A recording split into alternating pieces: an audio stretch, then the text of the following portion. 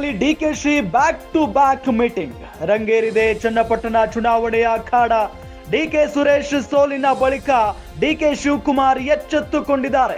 ಶತಾಯಗತಾಯ ಚನ್ನಪಟ್ಟಣ ಗೆಲ್ಲಲೇಬೇಕು ಅಂತ ಡಿಕೆ ಶಿವಕುಮಾರ್ ತಂತ್ರಗಾರಿಕೆಯನ್ನ ಮಾಡ್ತಾ ಇದ್ದಾರೆ. ಕಳೆದ ಒಂದು ವಾರದಲ್ಲಿ 3 ಬಾರಿ ರಾಮನಗರಕ್ಕೆ ಡಿಕೆಶಿ ಅವರು ಭೇಟಿ ಕೊಟ್ಟಿರೋದು. ಮೊದಲಿಗೆ ಚನ್ನಪಟ್ಟಣದ ದೇವಸ್ಥಾನಗಳನ್ನ ಸುತ್ತಿದ್ರು ಡಿಕೆಶಿ. ಜೂನ್ 24ರಂದು ಬಾಗಿಲಿಗೆ ಬಂತು ಸರ್ಕಾರ ಕಾರ್ಯಕ್ರಮ. ಇವತ್ತು ಜನಸ್ಪಂದನೆ ನೆಪದಲ್ಲಿ ಚನ್ನಪಟ್ಟಣಕ್ಕೆ ಡಿಕೆ ಶಿವಕುಮಾರ್ ವಿಸಿಟ್ ಮಾಡಿದ್ದಾರೆ. ತಮ್ಮನ ಸೋಲಿನ ಸೇಡು ತೀರಿಸಿಕೊಳ್ಳೋದಕ್ಕೆ ಡಿಕೆಶಿ ಪಣ ತೊಟ್ಟಂಗ ಕಾಣಿಸ್ತಾ ಇದೆ.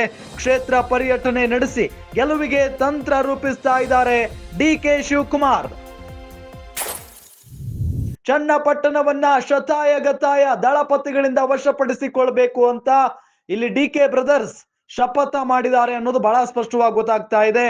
ರಂಗೇರ್ತಾ ಇದೆ ಚನ್ನಪಟ್ಟಣ ಚುನಾವಣೆಯ ಅಖಾಡ. By election. ಡಿಕೆ ಸುರೇಶ್ ಸೋಲಿನ ಬಳಿಕ ಈಗ ಡಿಕೆ ಶಿವಕುಮಾರ್ ಎಚ್ಚೆತ್ತುಕೊಂಡಿದ್ದಾರೆ. ಶತಾಯಗತಾಯ ಚನ್ನಪಟ್ಟಣವನ್ನ ಗೆಲ್ಲೇಬೇಕು ಅಂತ ಹೇಳಿ ಡಿಕೆ ಬ್ರದರ್ಸ್ ತಂತ್ರಗಾರಿಕೆಯನ್ನ ಮಾಡ್ತಾ ಇರೋದು. ಕಳೆದ ಒಂದು ವಾರದಲ್ಲಿ 3ನೇ ಬಾರಿಗೆ ಚನ್ನಪಟ್ಟಣಕ್ಕೆ ಡಿಕೆ ಶಿವಕುಮಾರ್ ಭೇಟಿ ಕೊಟ್ಟಿರೋದು. ಮೊದಲಿಗೆ ಚನ್ನಪಟ್ಟಣದ ದೇವಸ್ಥಾನಗಳನ್ನ ಸುತ್ತಿದ್ರು ಡಿಕೆಶಿ. ಜೂನ್ 24ರಂದು ಬಾಗಿಲಿಗೆ ಬಂತು ಸರ್ಕಾರ ಕಾರ್ಯಕ್ರಮ ಮಾಡಿದ್ರು. ಇವತ್ತು ಜನಸ್ಪಂದನ ನೆಪದಲ್ಲಿ ಚನ್ನಪಟ್ಟಣಕ್ಕೆ ಡಿಕೆಶಿ ಹೋಗಿದ್ದಾರೆ.